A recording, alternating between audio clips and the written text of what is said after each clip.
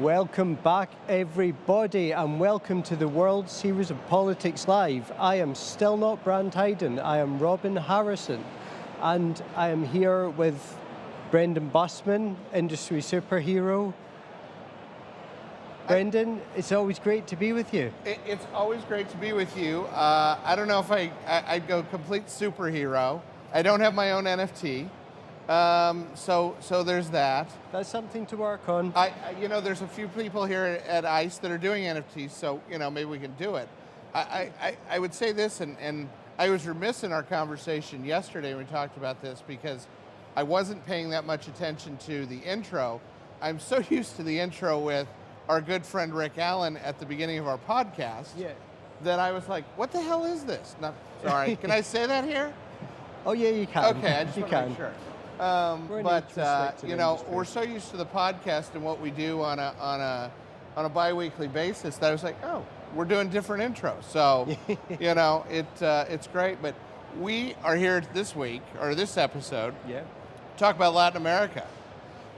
And we've got one of my good friends, colleague, and LATAM expert extraordinaire, if I want to say that. Thank you so much. Hugo Baungartner, who I think has been one of the biggest guys I know over the years I've been in the industry that understands gaming and what's going on across the spectrum down south of the border for where I'm at in the U.S.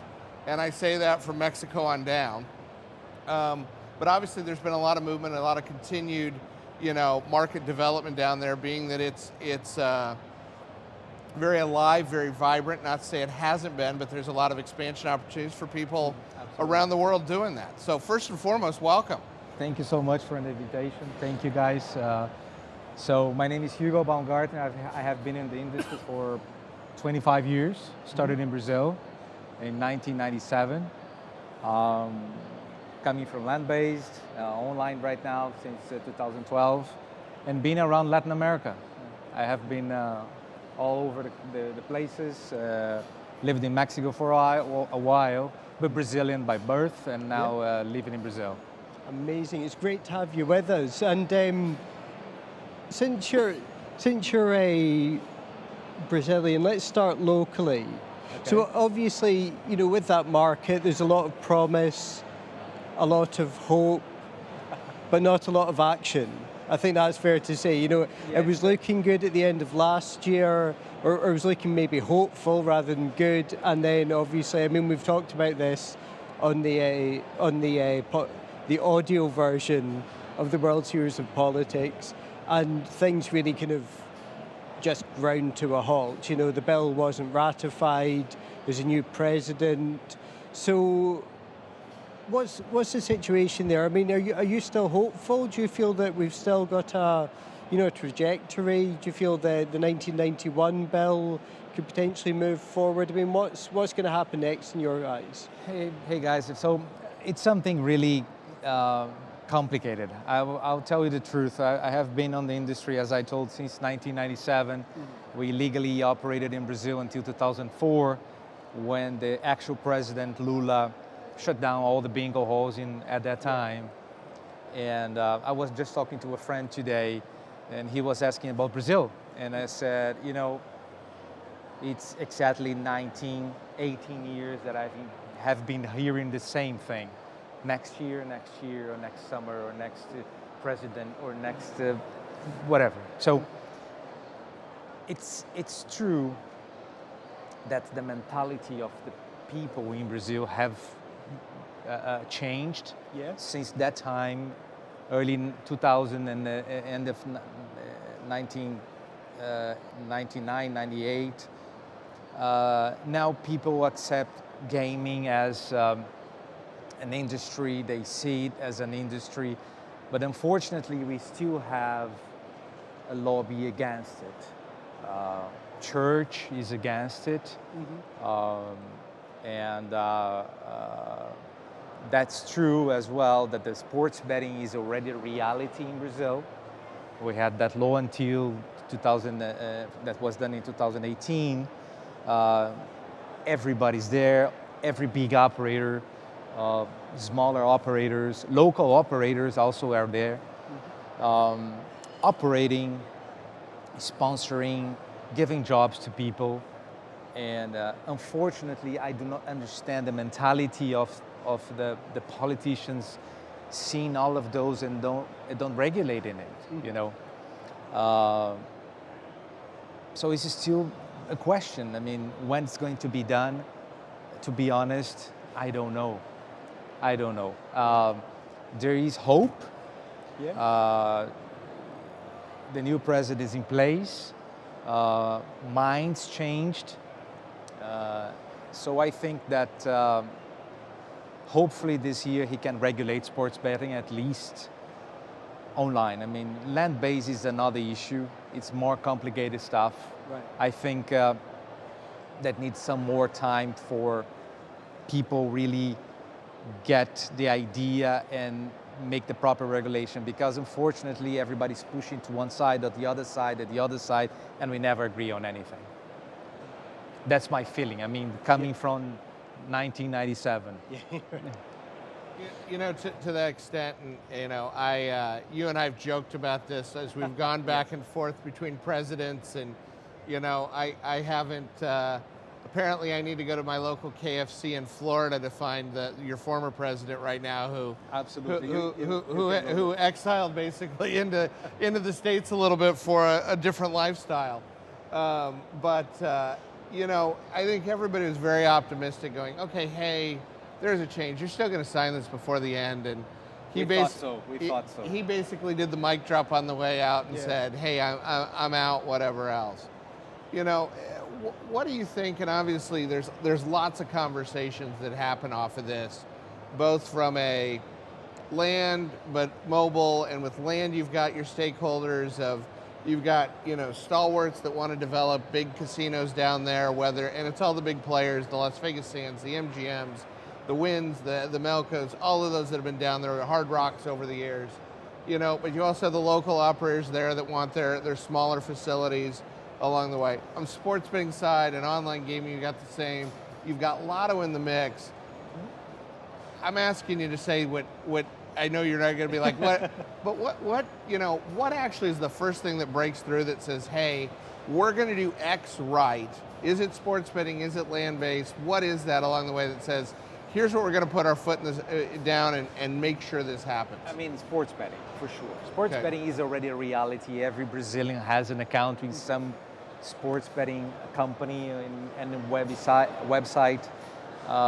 And the PIX, I don't know if everybody is aware what PIX is the bank transfer, instant bank transfers in Brazil. It came to facilitate the lives of the operators there. It's easy, fast, and there is no need to more complication. So sports betting is a reality. Not 100% of the soccer teams has sponsorships, but at least 95% of them, they already have is being sponsored by a sports betting company.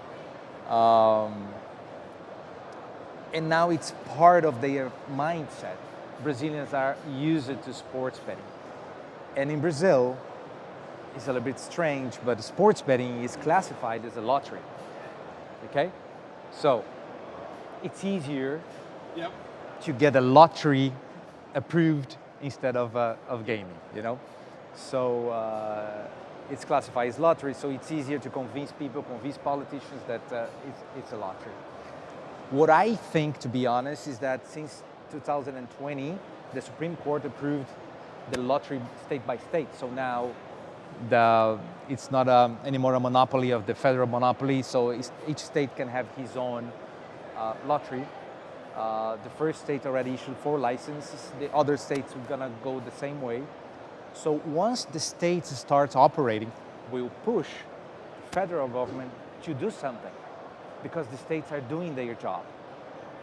So I think that somehow this new thing is gonna help the industry to get things done faster. And this I mean not only because of sports betting, but I also mean that lottery can be a lot of stuff. Even a VLT is a lottery. So once they see VLTs installed on the street, they will have to regulate it somehow on the RNG side, and otherwise it's going to just lose the market to the States.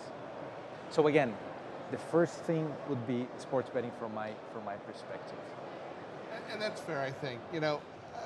Let's switch gears. You want to switch to another country over everything? Yeah, so we're racing through our time. So I think we've probably got time to just talk about one more country. So I was keen to discuss Mexico, because I understand you're doing some work there, and that's quite an interesting market because it's got some of the hallmarks of the US. You've got the land-based tethering, you've got the local incumbents, you've also got the international companies coming in.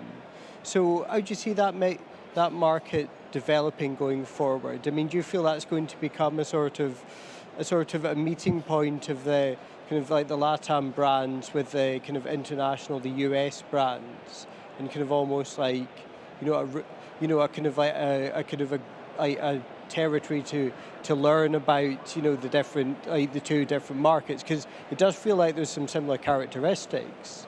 Yeah, Mexico already did their job. I mean, early 2000, some licenses were issued.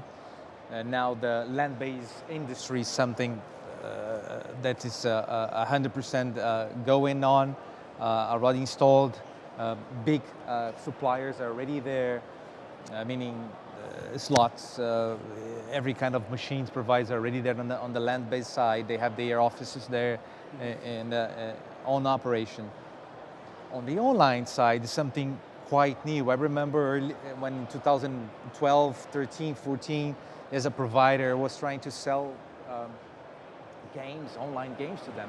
And they were saying, no, I don't understand about the online gaming. I don't want to do this. Mm-hmm. So just before COVID, big guys started to get their local licenses in Mexico, and now it's booming. Remember that Mexico is the second largest country of Latin America and regulated. So people are getting their licenses in Mexico, learning how to operate in Latin America.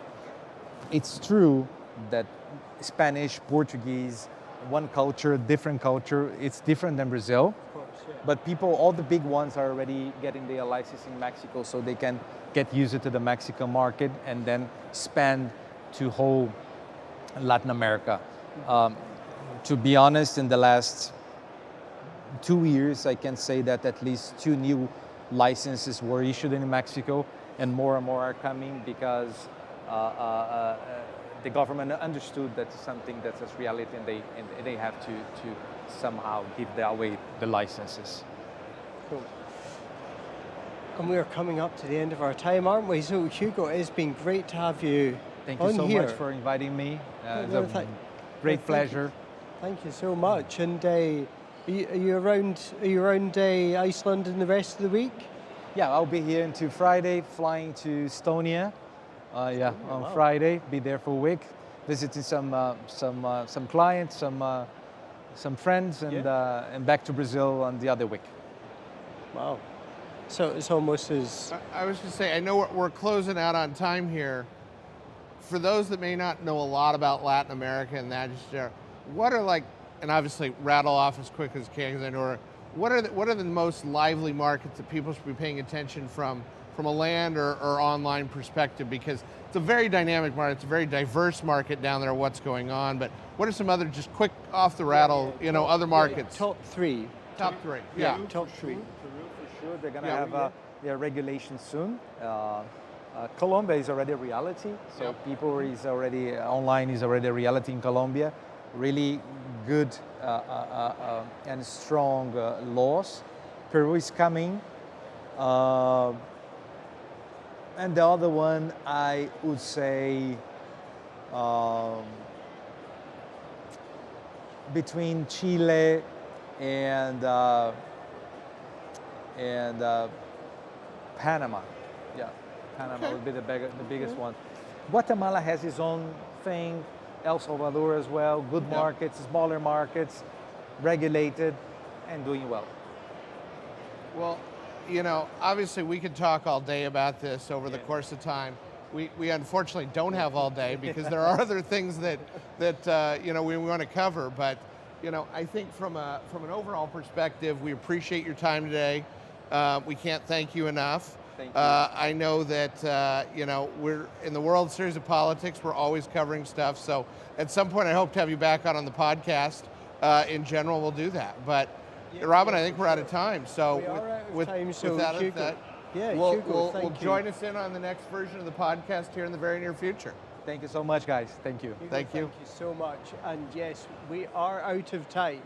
So thank you very much for watching. Next up, we have Lifting Your LATAM Business with Local Know-How, where you're going to see Alistair Cleland from Pintasia and James McKenzie from Partis discussing how to find the right staff for your business. Join us for that in a few minutes.